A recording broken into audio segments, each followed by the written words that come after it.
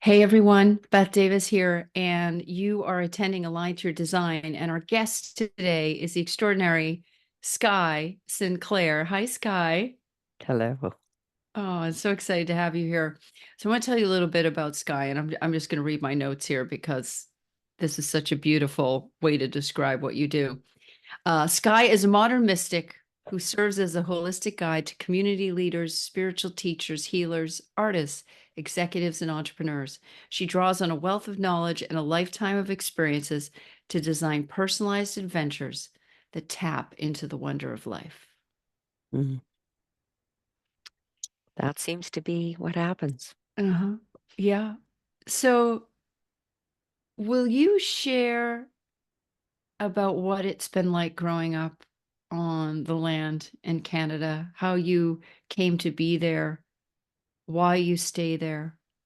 And then the third part would be some of the indigenous traditions that have influenced you or Mm, people. Yeah. yeah.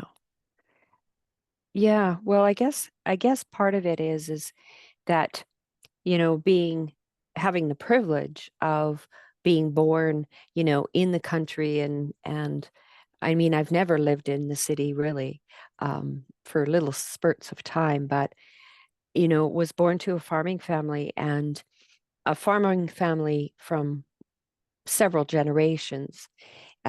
So there was always there was always a sort of a common nature or way of like when things came up in our family, one of the things is it was really natural to just go to the bush. You just go to the bush and you be with nature because or you care for your animals because that's what gets the order back in and the the connection to what's really important. And my family had like my grandfathers were very connected to the land in terms of, sustenance, and we prepared all our own food and those sorts of things. And that was just kind of normal. Um, it was fascinating actually. Just this summer, we dug out the old root cellar. We had a root cellar and it had collapsed and we dug it out. And in that root cellar were actually foods that as a kid I had prepared. Wow. And there were jars in there and yeah, prepared food that my grandmother and her handwriting. And it was such a, it was such a beautiful connection of just how naturally my family worked with the natural world, right? So the other thing that really impacted me was that I was very connected to animals. And so I always had horses and would spend a great deal of time out on the land with my horses, um, whether caring for them or riding them.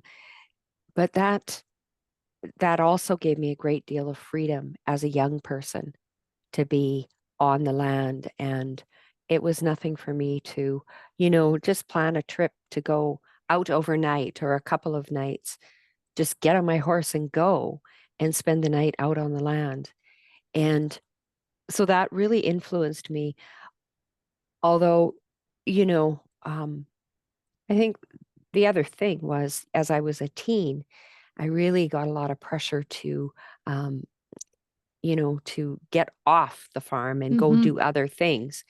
And although I really enjoyed that, I did notice that it really impacted my well-being because one of the things about the land, and at a very young age, I I was very connected to the medicines of the land, like the plants and the rhythms of how to make sense of my own well-being. My mental health and my physical health was very tied to the rhythms of the land. And I had this grandmother that actually wasn't in the physical, although I didn't know that Mm. because our relationship or the way we related was so connected. She guided me all through my childhood. Um, and it was very significant because it was like she she taught me how to um, how to hear, like how to hear the plants and how to hear the trees and how to um, move around in my day-to-day life in a good way. And so that had a significant impact in kind of the foundation of me. And when I was about 14 years old, due to some family stuff, I decided that that was inappropriate, which was devastating Mm. because when I decided that it was inappropriate for a 14-year-old to have this so-called invisible friend from the Western model of looking at things, when that occurred, I I shut that communication down Mm. and I felt a real isolation from those very natural teachings of the land. And I literally almost went to sleep Mm. and I got sick. I got very sick. And for 2 years, I kind of slept through school. I got mono so bad that I would go into these states of sleeping for like incredible lengths of time and never being able to get out of that. And now looking back at that, I see why. And so I kind of left that and a lot of things went on. And when I was about mm, 20, 21, I called her back in. And that was also at the time when I really stepped in and owned that I am, you know, I'm a bicultural person. I carry Métis lineage in on my mom's side. And although there was quite a bit of shame in our family, I saw ways that we related to our environment, that those teachings were intact. Mm. But um, so I just started to open myself up to that, returning, letting that grandmother come and speak to me again. And when it started to happen, um, that's when I really started to find that I was tapping more and more into the truth of who I am. And I remember always feeling like looking around, right? And saying, hmm, is this as good as it gets? Is this as much as there is? Because it seemed like I could hear something and I could see things that were much brighter and much richer than what a lot of people were seeing in their everyday life. And I wanted that. And it was like a deep yearning within me. So I started to move more into uh, asking for teachers, indigenous teachers, to work with me and help me understand what I was seeing, what I was hearing. And I was fortunate enough um, to have some really strong, both Cree and Métis women come into my life and guide me and help me make sense of some of the stuff. Um, and that really had a huge influence. Um, although, I worked really hard. I was a I was a really hard worker and I took on way too much most of the time. So I would go through these 7-year phases where I would create and manifest lots of things and then I would burn out. Mm. And of course, at that time there wasn't such a thing. We didn't talk about burnout, but I would just you know, I would hit my wall and then be quite sick for a period of time. Um, and so kind of fast forwarding that, I really made a commitment to just follow my inner guidance and follow that through an indigenous worldview as much as I can understand that being, bicultural. And like I say, the women in my life that have come in and taught me have been very patient. Um, and I've been really committed to getting out onto the land. So I do a lot of ceremony on the land, both in group and personally. And so in the last probably 5 years of my life, especially, it's a no-go for me. I have to be out, and that the way I serve others is actually, um, I'm actually taught and guided as to how I'm to do the work that I do, how I am to bring in and wake up humanity one person at a time to their full essence of consciousness. And whenever I get the opportunity to do that, it's a relief. Mm. It's like I can hear the plants celebrate. I can hear the animals, you know, they're just so pleased. So yeah, a great deal of my time is spent listening and being with. And Mm. then when I'm called to bring that into somebody's life, it just happens. And it's very joyous and it's very peaceful and exciting. Can you share with us one of the experiences or awarenesses you were having as a young person that you couldn't place, and then what you learned from one of your elders about what it was or is? Hmm. And I respect if that's too logical of a question for something that could be abstract. Yeah. I guess I guess one of the things that I think about is the flow of life, Mm. right? There's a natural flow to everything in life. And I mean, one of the teachings has always been about like life is a circle.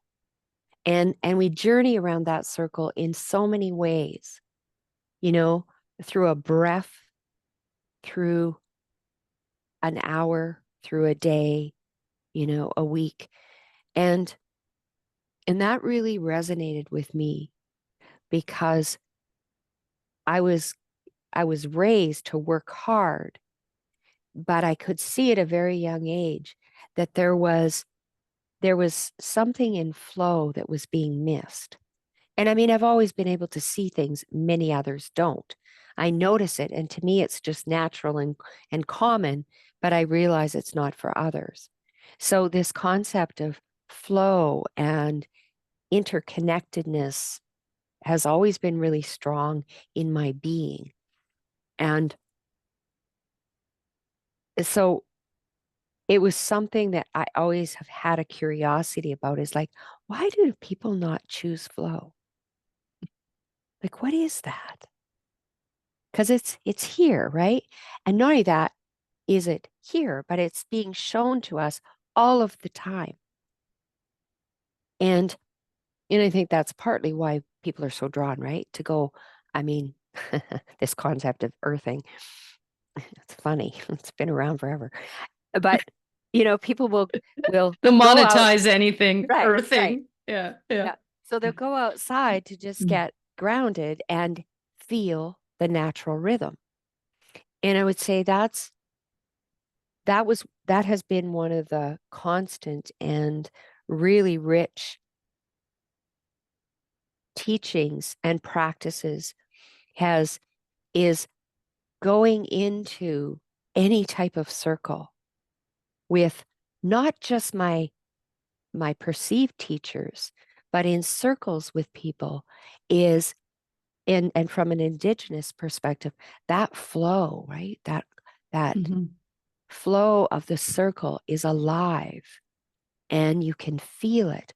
And so that teaching of honoring that everything has a correct flow that exists and that you can actually feel it like it's a sensation in the body.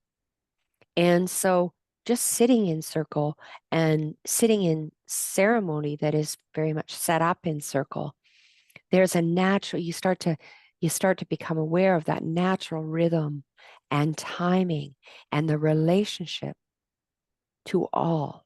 Mhm. Yep. And and it just comes, it pulses through. So it takes off the strain and stress to figure anything out because there's a pulse and a regulation. And for me, it's very much about sitting in that circle returns me to the remembering of the heartbeat, Mhm.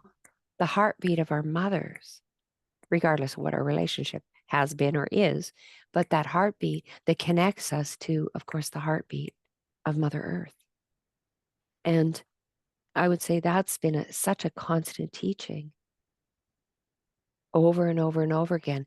And every time I experience it, I deepen the relationship with myself.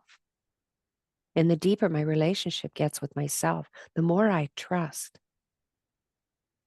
you know, that the vibration of love. And then that's what I have to put out to the world. Mm-hmm.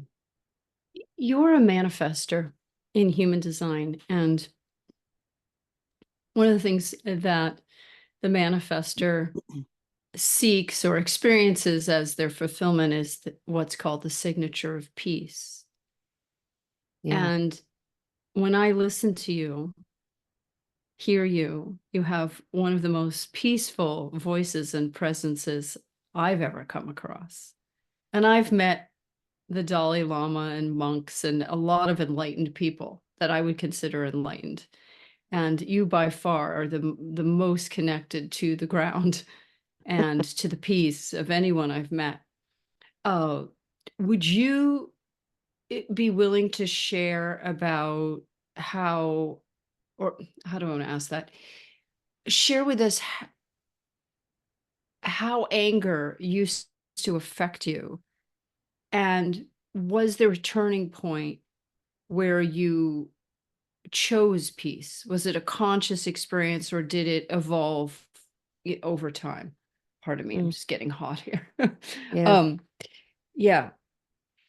Yeah. Well, boy, I was an angry kid, Mm, like really fiery, angry, and just like could rage um and didn't really understand it. Of course, I thought of it as, things outside of me because I didn't have any other context, right? I was raised with generators, like worker bees and get her done and go and go and go. And although I could keep up, like I say, my body would shut down and I would get sicknesses that would cause me to sleep. And even, I mean, and I even experienced or was told I I had depression. And it was just that I was so fatigued.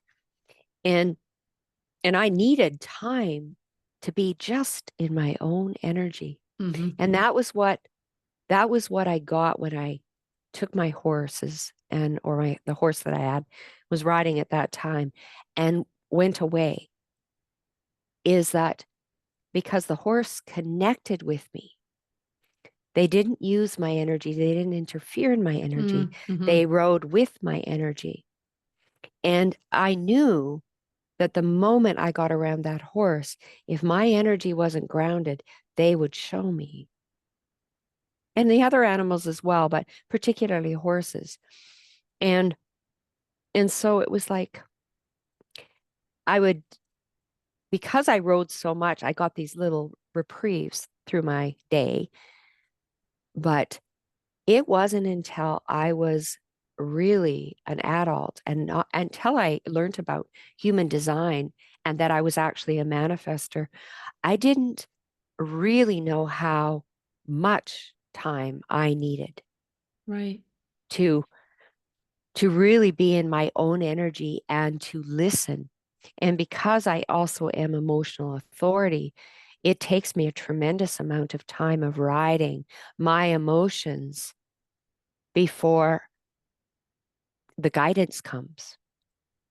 Because it isn't until I have fully honored my emotions that then the guidance comes. And it comes so strongly. Mhm. like the plan, it's shown to me. And again, it's shown to me most often through the rhythms and patterns and design of the natural world. Like I hear it so clearly. And and it's like the vibration within my body is that of the natural world, of that plant that I'm in, or that those plants that I'm laying upon, or those animals I am connecting with. It's like that's that's my it's like that's my first language, and English is my second language. Mhm. And I struggle very often, like, when people actually speak their indigenous tongue, it just it really speaks to the relationship. And I've got words here and there, but I don't speak it fluently. My heart knows it, my spirit knows it when I hear someone speak to me in their language, but that's what the plants do, or Mhm. the wind, or the yeah. So it wasn't until I started to understand that I'm a manifester and that it's okay to take that time, because often it looks like nothing's happening, but it's like I'm getting fed constantly in preparation for when I'm to take action that will have a big impact. Mhm. And it's like gathering all the everything's landing in its place, and I just need to be patient and watch. And then I'll be shown exactly what my piece is. And it's so joyous. Mhm. And I can't interfere in it, because if I interfere in it, I rush it, I interfere, I experience anger. Mhm. And Yeah. so I've developed a lot of patience to just rest till I'm called. And also in that resting, like the natural world has such humor and delight. And so most of the time I'm like so enjoying my time, right? I get into these experiences out on my walks, or sitting in the bush, or doing something, dragging out the old wood, or cutting wood or whatever. And it's just so fun and entertaining. It Hmm. really is. I've been having this image. I'd been having it for about 2 months of three blue jays and a cardinal. And I'm like, wonder where my three blue jays and a cardinal. Not that they're mine, but I wonder where they are. And today I went to the kitchen window to get some filtered water. There's a filter by the window, and I look out the window at the bird feeder, and there are the three blue jays and two Yeah, cardinals. yeah, And I don't know, it was just it was one of those lessons, and I felt like nature was saying to me, a lot of the images that I receive are correct yeah. and may or may not have any deeper meaning than they are there in the mind. If I'm patient, many of them play out. Hmm. And so it's almost as if the more we're in our correct frequency, the more we're shown what is correct versus being shown what isn't correct. Yeah. And then there's these signs or signals. Yes.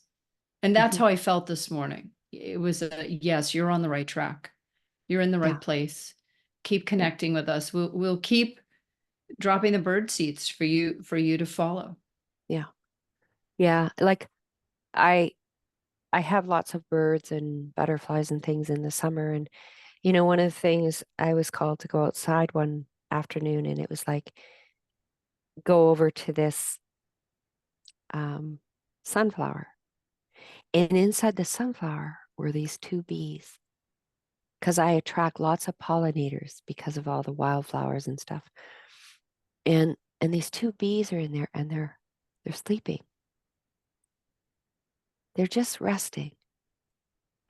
And And the vibration of that that experience, like watching them and being able to take in that experience of these bees resting, and then have the consciousness of like, I came to my awareness of many, many people I know who are very challenged to rest, and it's Mm-hmm. causing all sorts of disharmony in their Mm-hmm. lives. Mm-hmm. And so I've got them in my awareness as I'm watching these two bees, and I'm receiving the medicine of how tender it is to rest. And it's like I'm having this experience with the bees, and at the same time, I'm stretching that experience to dedicate it to all those that are coming into my awareness so that they can receive what Mm-hmm. nature is teaching right here. And I just become the conduit of that. And what can you do with that other than just, let the tears run down your cheek of how profound it is that we are so cared for, and it's right here for all of us, that the natural world has everything we need to know ourselves, to Yes. be within ourselves, to have relationship that is good and complete. Mhm. Mm. Now, not everybody wants to have this conversation with me. I get No, that. but what's interesting is the manifestor frequency in the signature piece is so distinct because I find myself both totally present, listening, mesmerized by the frequency of your voice, and so very peaceful. And there isn't a lot of impulse in your presence for me to do anything. It is very much, oh, I'm waiting to be informed. Mhm, And yes, there's questions. mhm. Uh, but it's a very distinct frequency, and that's part of the reason I wanted to meet with you in this way and record this, is so anyone watching and or listening can receive that frequency of your voice, because it's through sound that we mutate, and the voice of the manifester initiates and catalyzes correct momentum in the other. When you're Yeah. correct, it Oh, yeah. perpetuates it.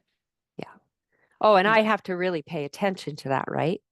Like, I have to check in if I'm to be in the frequency of others very often, and really listen to that, because I've learned just how penetrating and like direct my energy can be.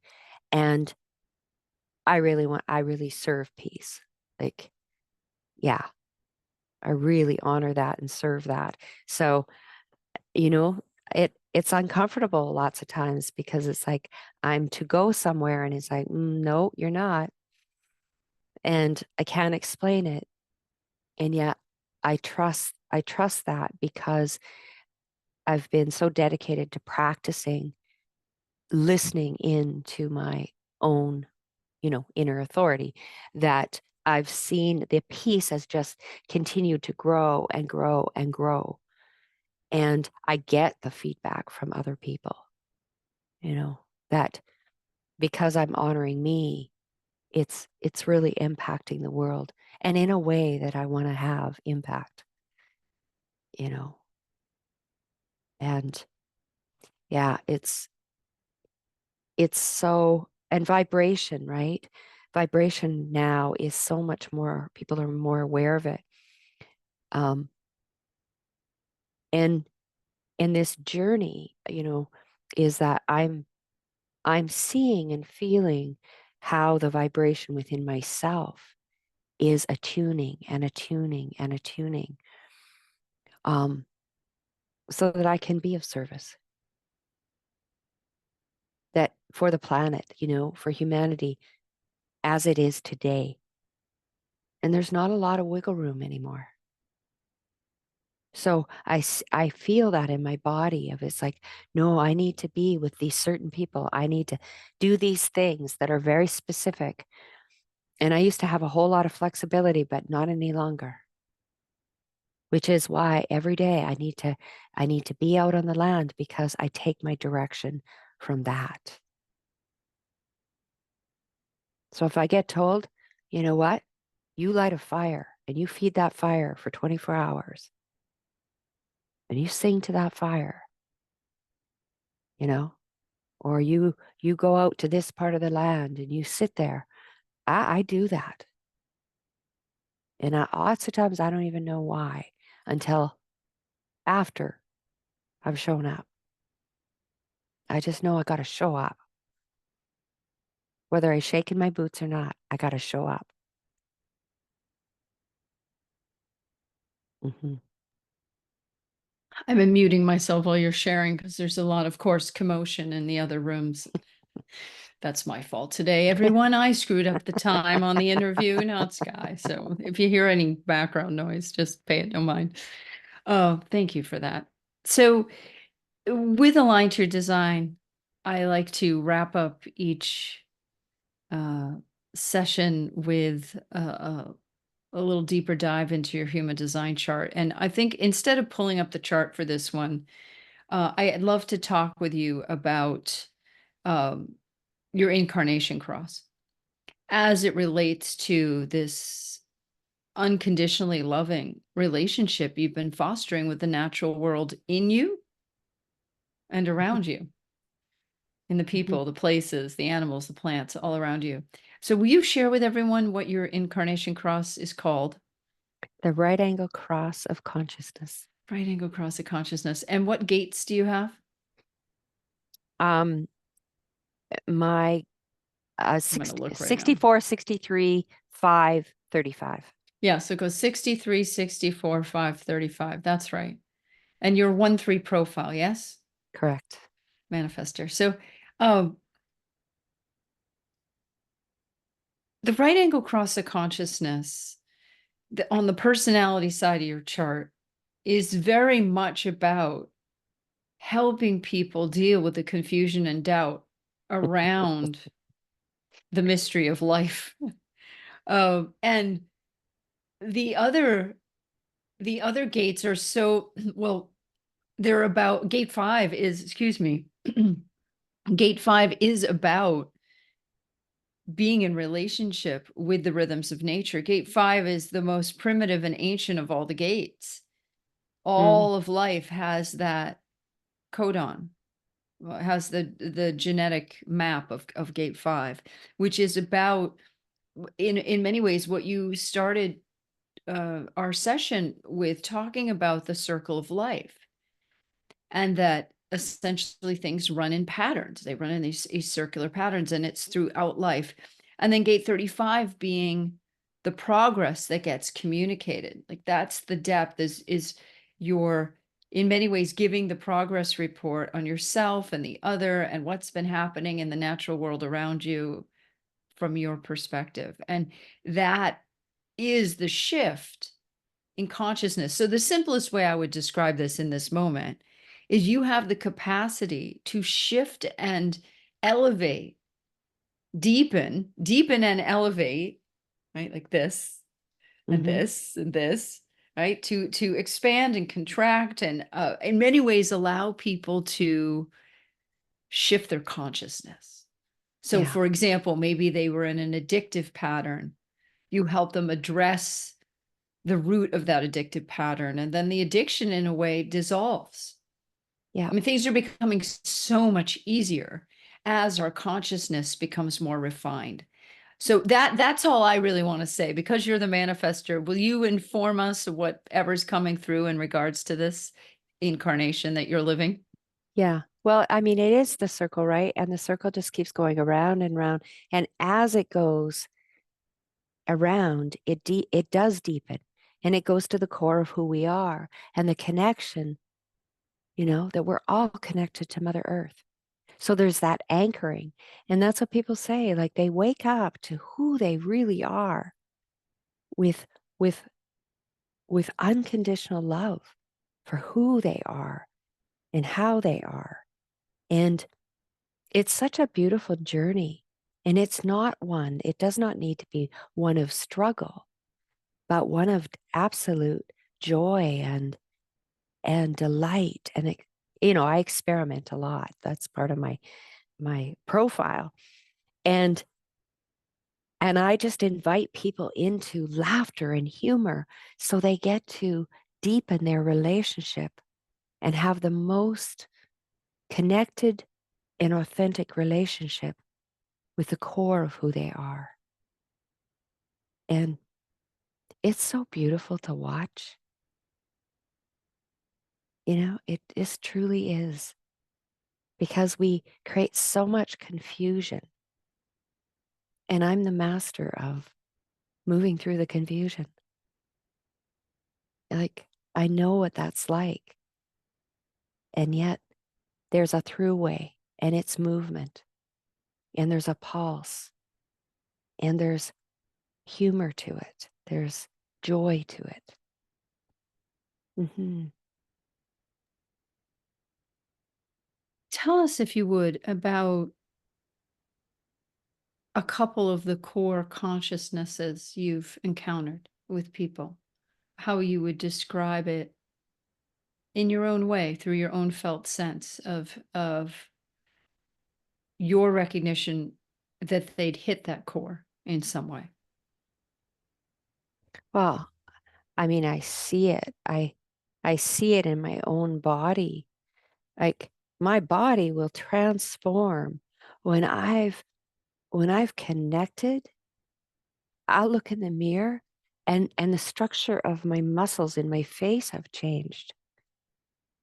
You know, the way my the way my heart occupies my body. Like, I've literally had where my body, the where the ribs join, are kind of crackling to make more space for the energy of my heart. And I've witnessed that in others. This sort of just, it just shifts.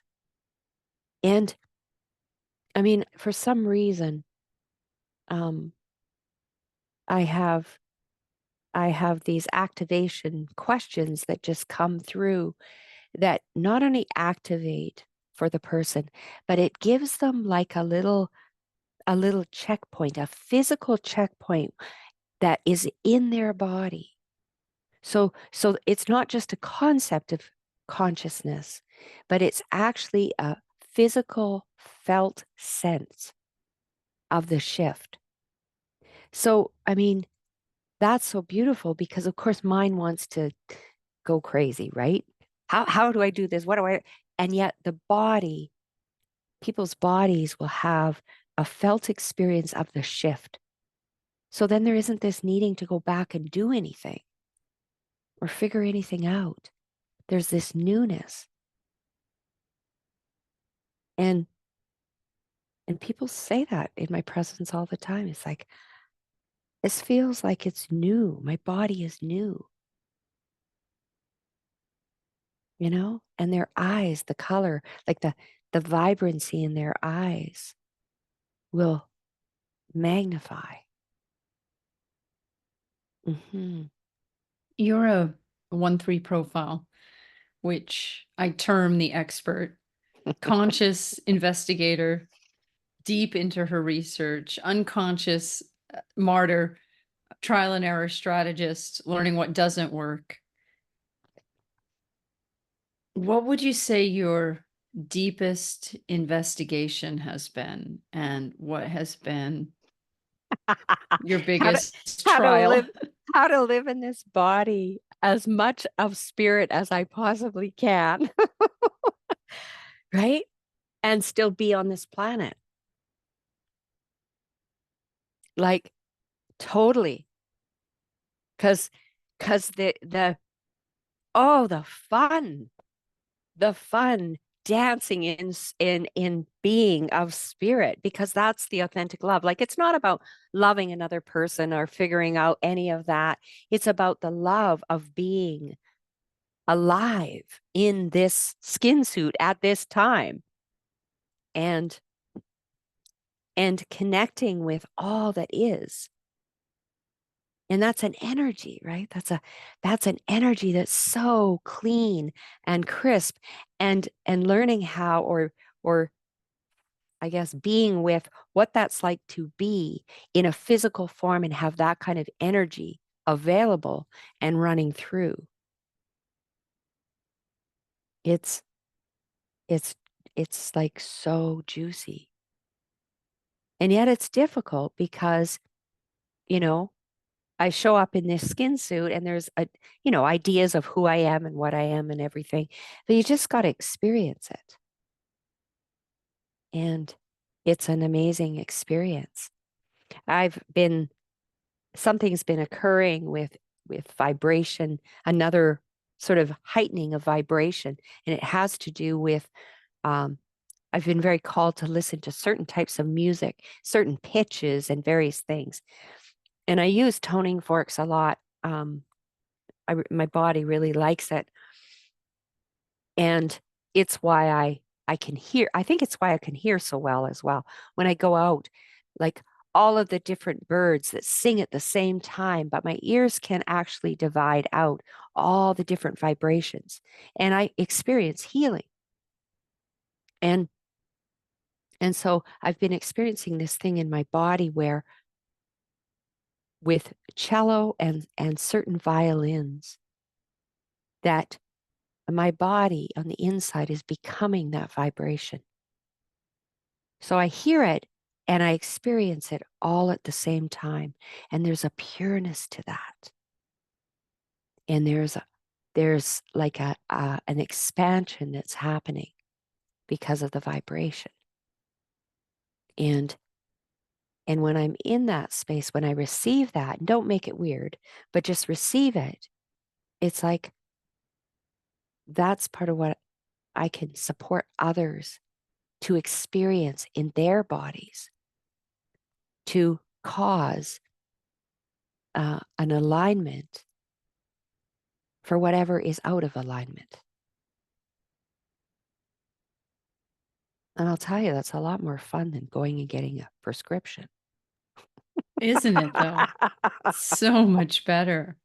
Right? So Mhm. much better. And I'm thinking about situations I've had in my life where there was either a very deep awareness of the sound frequency or an unconscious and sometimes willful deafness to what the sounds were Mm. attempting to communicate. And the other thought that occurred to me as you were sharing, and I love this about our interactions because when you share, I have new thoughts And and the new beautiful thing feelings. is, I can't do this without the other, so That's I love right. it. It's That's so great. right. We can't do this without the other. And so I spend a lot of time listening, and that's why I love doing the interviews because I really get to I get to experience your authority, Mm, your outer authority, mm, your sharing, your teaching for the other, for humanity. And it's dawning on me now how, oh God, where did the thought go? It like flies in and then flies out. Well, we were just talking about sound and healing, and this brand new thing came through, but it flew away. Okay. And that happens to me a lot. Anyway, nevertheless, there's an energetic when you speak that awakens in me a deeper resonance. And oh, I remember what it is now. How I've noticed, and I realize it still makes me really, it triggers me. I get triggered, and triggered's the word because it really does set me off. I have to watch it into frustration. Is when I'm with people who treat one thing as more reverent than something else. mm. Like someone says, listen to nature, when I'm talking to someone. I'm like, well, this person is nature and I'm listening to them right now. Thanks. Yeah, Right. yeah. Like people trying to decide, like, well, the nature out there is holy, but you're this person who's not. And when I listen to you, I have this sudden feeling of compassion for all those instances where I wasn't listening well or wasn't Mm, being listened to, and also where I wasn't hearing the other or mm, being heard by the other. And that a lot of this heals when we move into a place of reverence with all, with ourselves, with the other, with the environment around us, and there's a respect for all of it Yeah. versus a hierarchy. And someone said to me the other day, and I've had this thought too, well, why is it that you think the cockroach is less important than the cow? Or that the human's more important than the cockroach? Because the truth is, we're all co-creating this experience. It's relational and it's a relationship, right? Yeah. Yeah. And we're all made of the same stuff. We all came from that same primordial goo, essentially, right? Mhm. To come here to this place. Um, if you were advising people, say, who live in the city, so a lot of our listeners are city dwellers, what are some things that they can do to gently, peacefully reconnect themselves with the natural world? And anything else you want to Like, inform us about? yeah, really, it's like our relationship with ourself is most important. And I like to keep it simple and start from the ground up. It's like, okay, my breath is coming in my body. That's a good sign. I'm still standing, right? So I mean, even the imagination, right? The imagination of what is beautiful that you have connected with at any time in your life or other lifetimes. It doesn't really matter. But it's that realizing that as I'm in and you're in this skin suit, you have access to a natural rhythm. And whatever comes to you and you're in relationship with it, it will be healing, right? So if it's the memory of the sound of the leaves or the smell of the lake or, you know, the sound of a bird or an animal, that's what you relate to. There's the medicine, is that rather than being separated, it's just a being with. But to experience that in this body at any given moment, because that's the most important relationship, is the one we have with ourselves in this body at this time. And then it just builds from there. So, I mean, not everybody, I mean, yeah, lots of people put pressure on themselves. I got to get out into nature more often. Well, you know, like if there's air, you're connected to nature, even if it's Right. coming through a number of fans. Yeah, yeah, I've been reading this survival book. I'm almost done with it. And it's about urban survival. And what's cool is a fair number of the things I was familiar with, so that was good. But the author gives this order of importance in life. Number one is air. Number two is shelter. Number three is water. Number four is food. And number five is fire. So he's saying in emergency situations, go in that order Mm, to prepare yourself. And it seems to me that's a very good order for the body as well. Am I breathing deeply? Am I doing things to expand my oxygen capacity? So that would encompass walking in nature, yoga, noticing mhm. your breath, meditation, right? And then shelter, the obvious. Do you have a Yeah. safe, warm place? And then the water, being with that water, and then food and fire, obvious things. But when we treat those five areas with reverence, with gratitude, with nourishment, and we put energy on them as the necessary components to sustaining the body, the rest of it really does flow.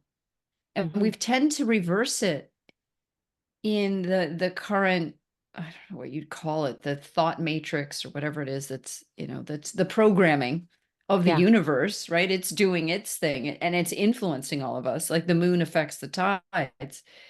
But in this is process of programming, it can get flipped, it Mhm. seems, where people are attempting to create through their mind. And Yeah. in fact, it's a nourished, rested, strong body that does the living.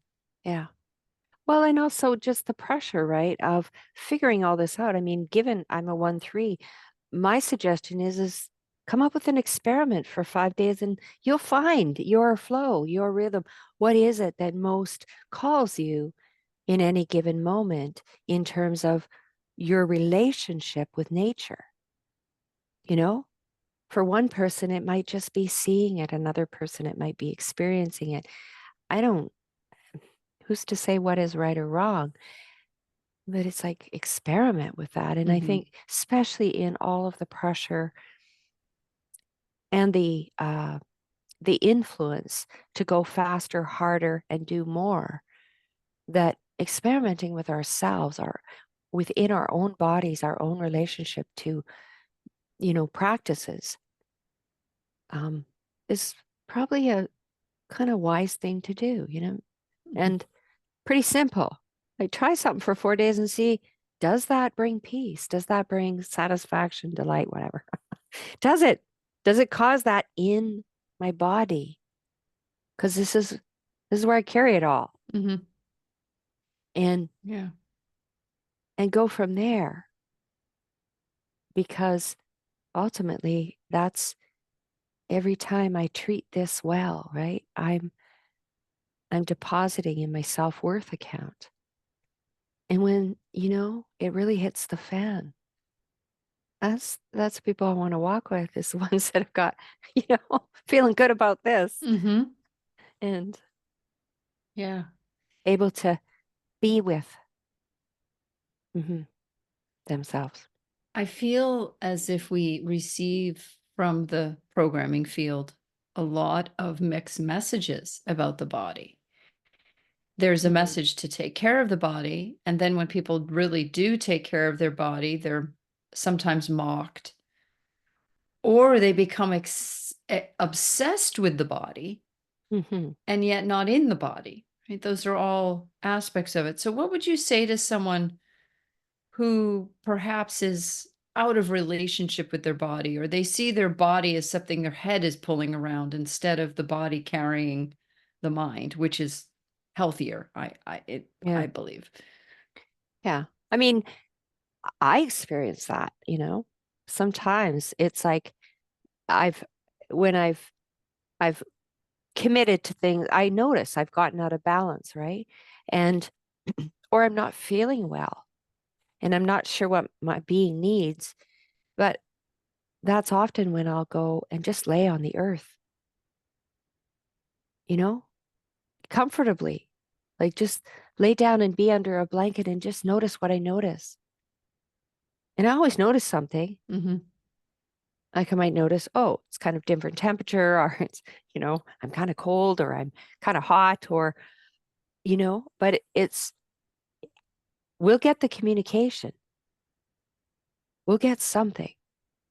And it's just that reset of being aware. Mm. And it's not challenging, it's so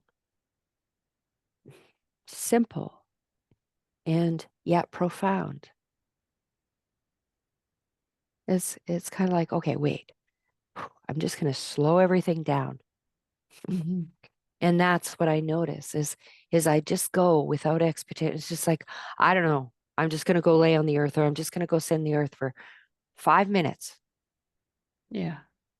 and then I'll check in.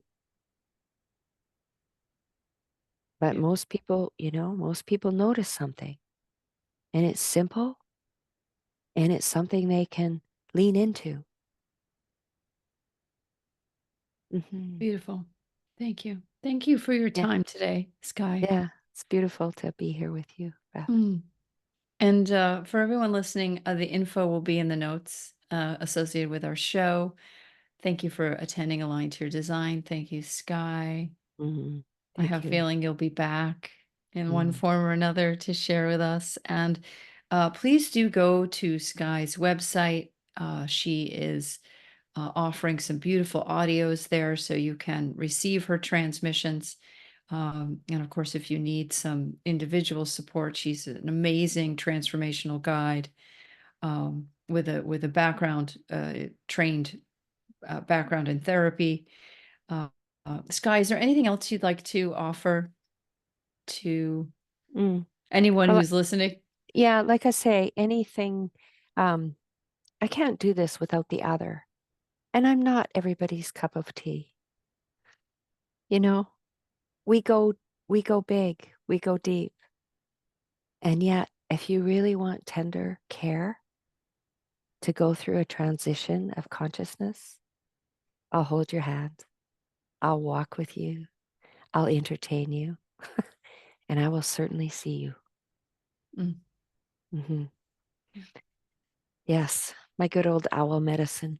yes, and the owl behind you there is so wonderful. So wonderful. Or there behind you. Mm. Oh, well, thank you again. Yeah, And thank you to everyone watching and listening. And we'll be back in due time. Have a beautiful. wonderful rest of your day or evening. And thank you again, Skye. Yes, beautiful. Bye for now.